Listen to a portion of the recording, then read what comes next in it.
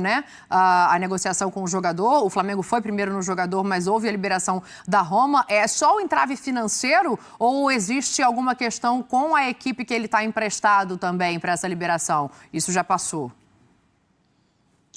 Não, na verdade, o Sassuolo ele é obrigado nessa negociação, se, enfim, a Roma negociar o jogador, a liberar e ele recebe uma quantia na tal taxa de vitrine. Então seria isso que aconteceria, não teria nem muito o que fazer. O Sassuolo, embora conte bastante, o Vinha venha jogando bastante lá, e o Vinha tem desejo de voltar aí, acertar com o Flamengo e tudo mais. O Flamengo sempre atua assim, como eu tenho dito, encaminha bastante com o jogador, vê as possibilidades e aí depois vai nos clubes. É um modus operandi, como eu tenho dito, da diretoria rubro-negra.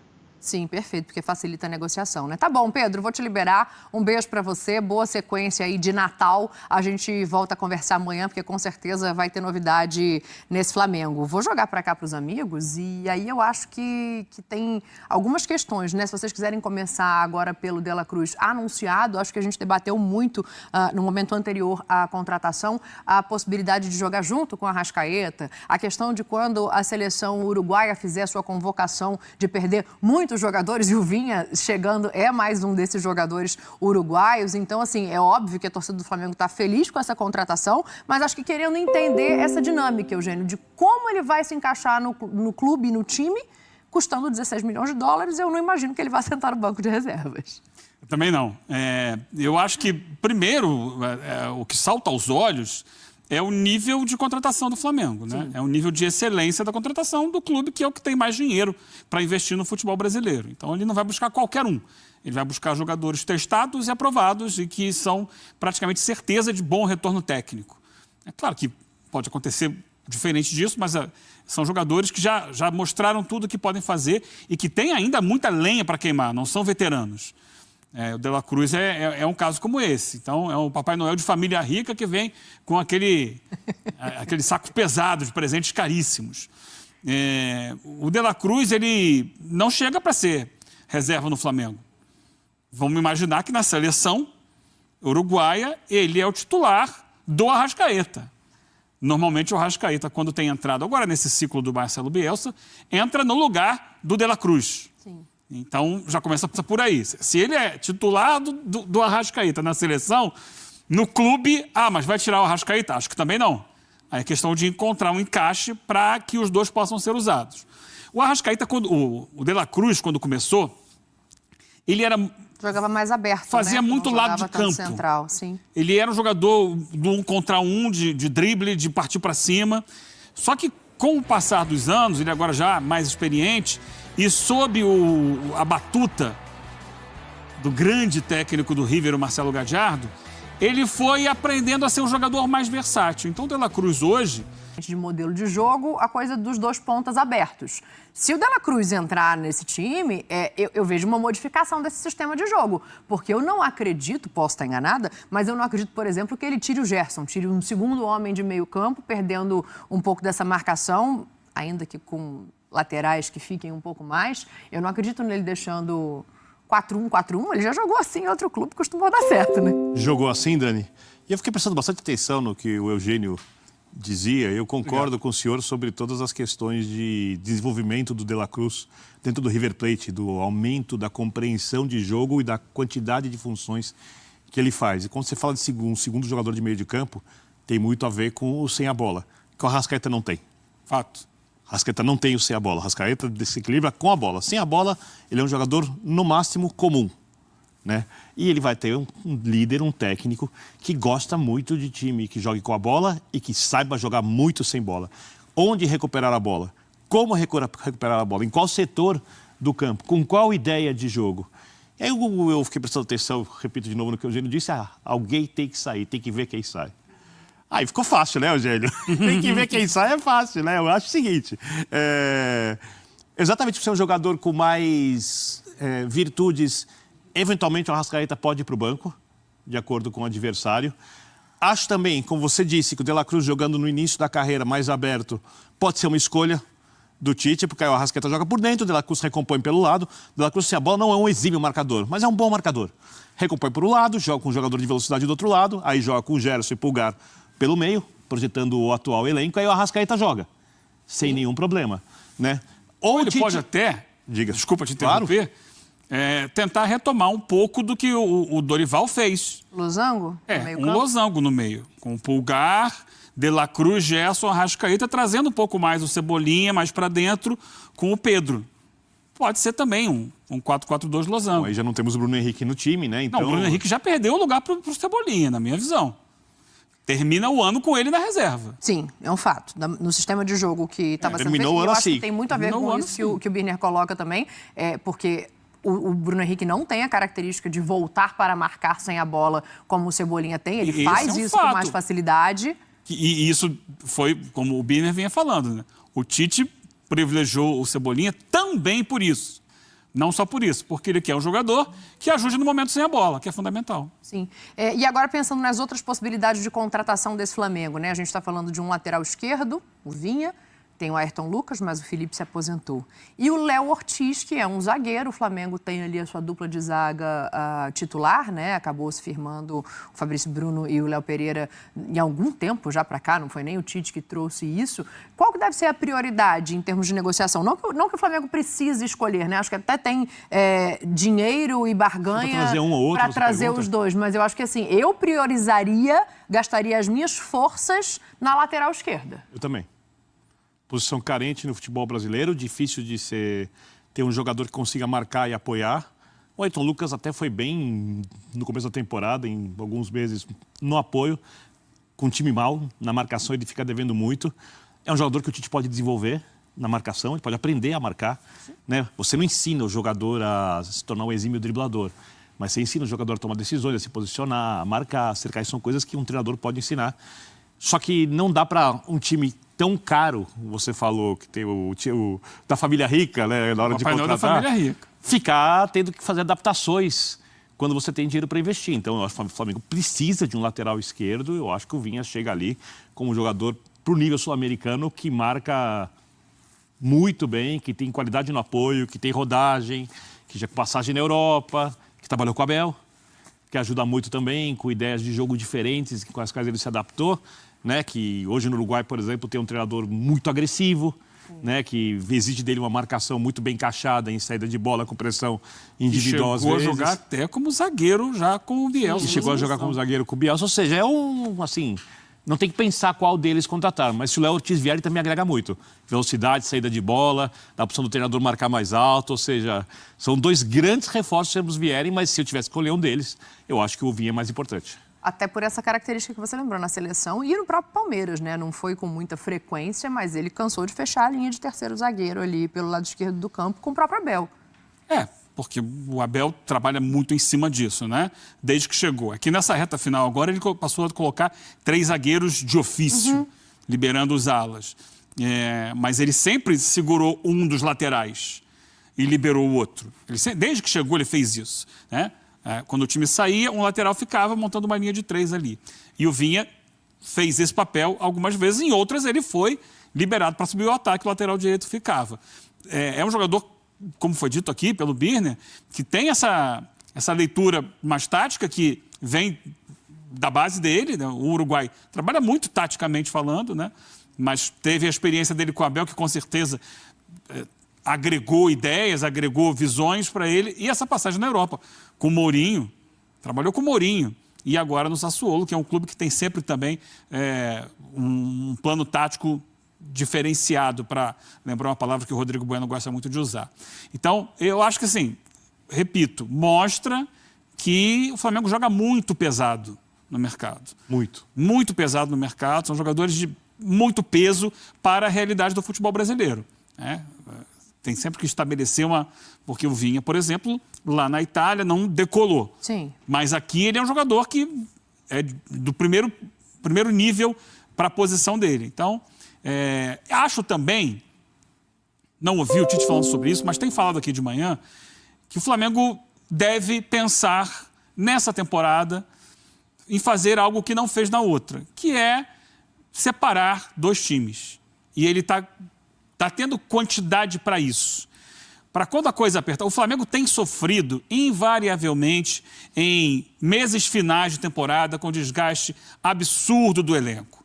tem chegado em final de ano sempre com jogadores pendurados, sem fôlego, sem força. Te interrompendo e sendo mal educado, se você faz 2 times, você deixa um meia em cada ou você põe os 2 no mesmo? De La Cruz e Arrascaeta. Então, aí eu acho que há momentos e momentos. Eu deixaria um em cada, mas em alguns jogos você pode usar os 2.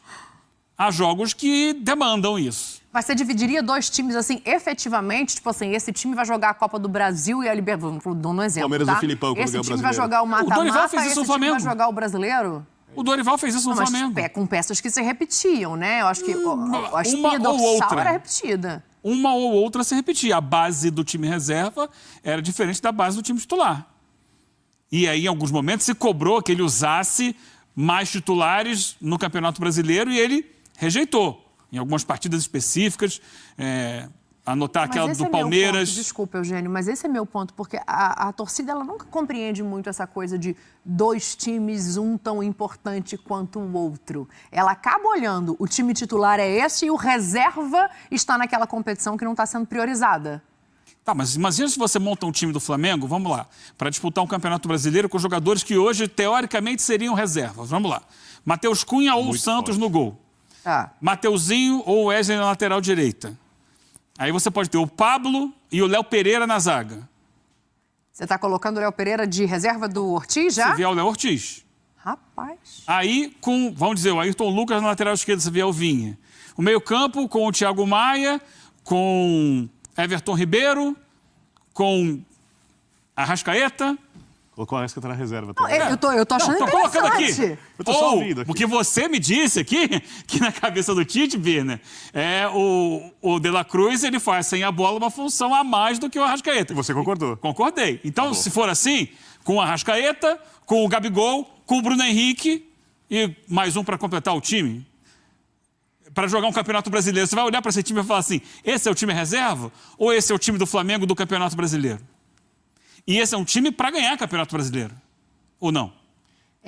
Eu acho que o que o Eugênio fala tem uma certa lógica, porque, em primeiro lugar, todos os meus comentários que você verá durante o ano, eu já tenho feito isso há algum tempo sobre o Flamengo, eles vão colocar o clube em primeiro lugar.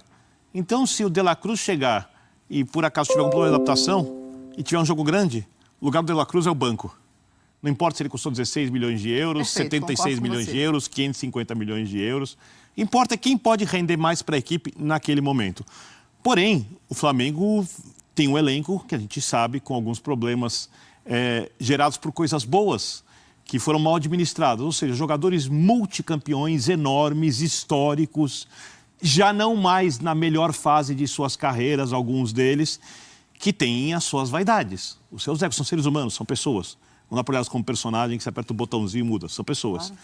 Se o Tite não der oportunidades para que esses jogadores atuem constantemente, eles em condições de atuarem, ele talvez gere problemas no elenco. Então, a administração do elenco do Flamengo é um enorme problema. Aliás, um enorme problema não. É um enorme desafio.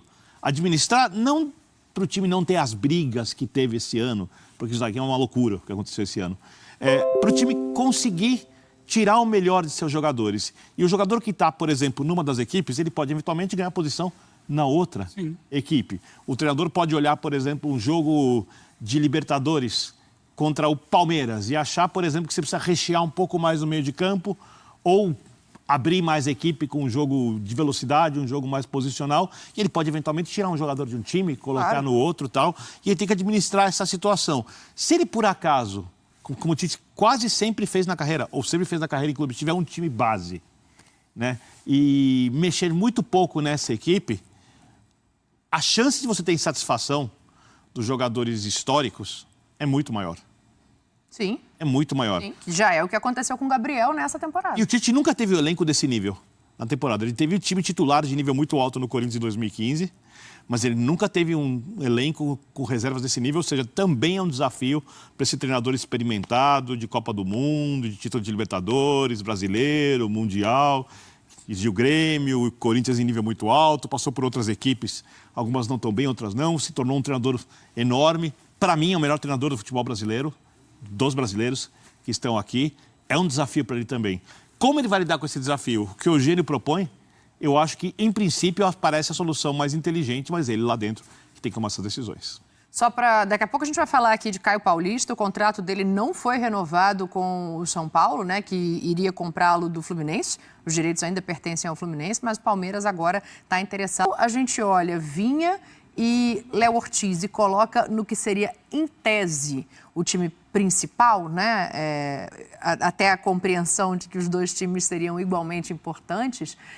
Vocês acham que, de fato, esses dois jogadores chegando, eles automaticamente levam o Léo Pereira e o Ayrton Lucas para o banco de reservas, caso não haja dois times? Não, automaticamente não. Pode ser que, de início... É claro que eles vão ter que passar por um período de adaptação. Eu acho uma injustiça muito grande com o Léo Pereira, se Eles isso vão ter que acontecer. desenvolver o futebol deles, eles vão ter que mostrar dentro de campo. Eu estou aqui supondo alguma coisa que é para ser colocada em prática mais adiante na temporada.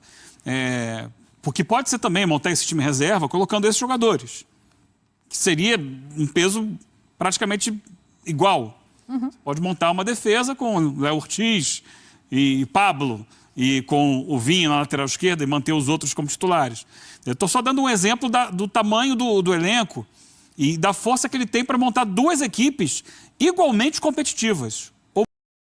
É nação flamenguista. O Flamengo assusta, né, a mídia, né, os antes, né, aqueles que entendem de futebol e sabem que o Flamengo está montando uma verdadeira seleção. O time do Flamengo, chegada de Dela Cruz, né, chegada de Léo Ortiz, principalmente, né, e dá uma consistência à zaga do Flamengo. E de Matias Vina, né. O Flamengo está formando dois times, né, uma verdadeira seleção. A gente sabe que o Flamengo ainda falta fechar a questão aí de Vina, né? Acertou com o jogador. Agora falta só o Roma, né? E Léo Ortiz também, né? Léo Ortiz está quase tudo certo, pessoal. Acertou com o jogador, já conversou com o Bragantino. Só a questão de aumentar mais um pouco a pedida do Bragantino. Mas os dois vai ceder, né? Até porque o Flamengo tem um bom relacionamento com o Bragantino, né? De hoje. O Flamengo geralmente negocia com o Bragantino alguns jogadores. Então isso aí não vai ser dificuldade, né? A mídia discute, né? Qual é o Flamengo que vai ser titular, né? Porque é muitos jogadores de qualidade nesse time. Tanto da zaga, lateral, meio campo e atacante, né?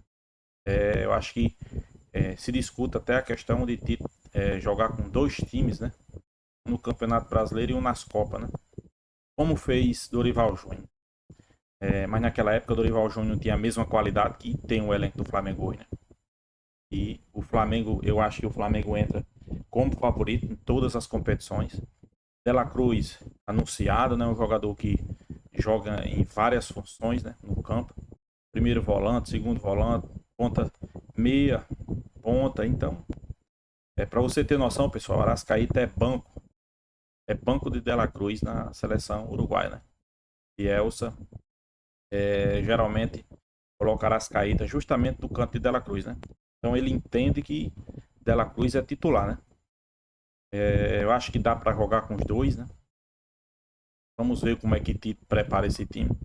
Eu acho que dá para jogar com os dois. E espero que jogue com os dois, né? Notícia que saiu, pessoal. Notícia que saiu aí também, né? Inclusive a gente vai trazer para vocês, né? Pedro, né? Recebendo proposta das Arábia aí, né? Muita grana, né? Quase 540 milhões, se eu não me engano, né? Não sei se é a multa, não sei se... Mas vamos trazer a notícia aí também. Então é isso, vamos ver aqui o que a mídia tá falando sobre esses jogadores aí. Vamos acompanhar aqui, pessoal.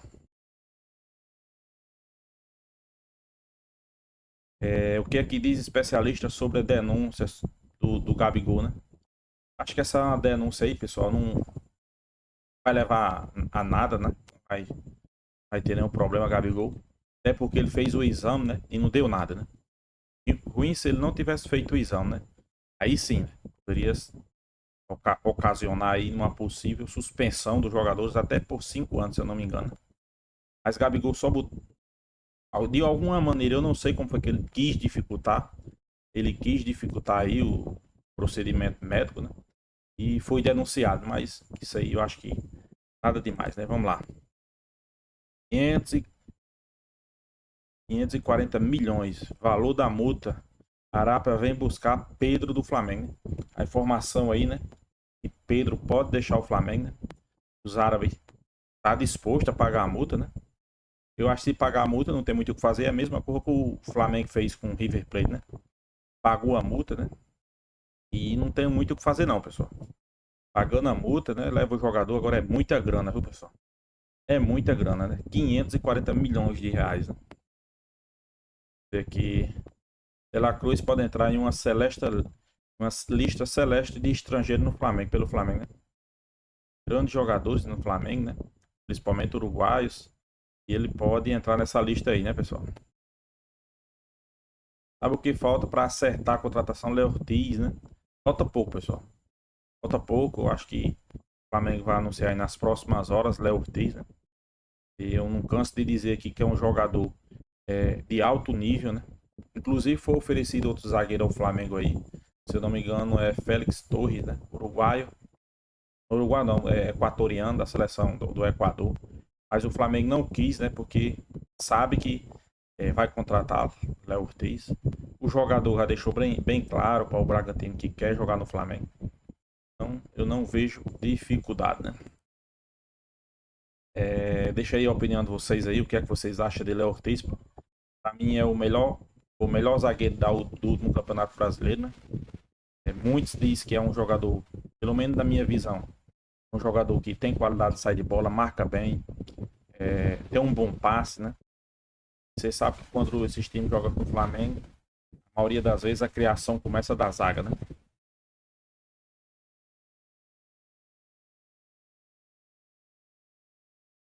Tite pretende, Tite e elenco não. Tite e elenco são avisados e todo mundo terá uma surpresa na pré-temporada. Surpresa será essa, né, pessoal? O Corinthians fez até proposta de jogador oferecido ao Flamengo e Tite toma decisão. É justamente o Félix Torres, pessoal. O Flamengo não quis o jogador, né? Não quis, né? Outro jogador que tá acertando com o Flamengo, pessoal. Matias Pina, né? É um jogador seleção uruguaia também, né? Outro jogador tá próximo de acertar com o Flamengo. O jogador tem várias qualidades, tanto na parte ofensiva como na parte defensiva. É um jogador forte. É outra contratação que eu acho que o Flamengo tá acertando, né? O Flamengo tá sendo pontual, né? Tá pegando um meio campo, um lateral e um zagueiro, né? E colocando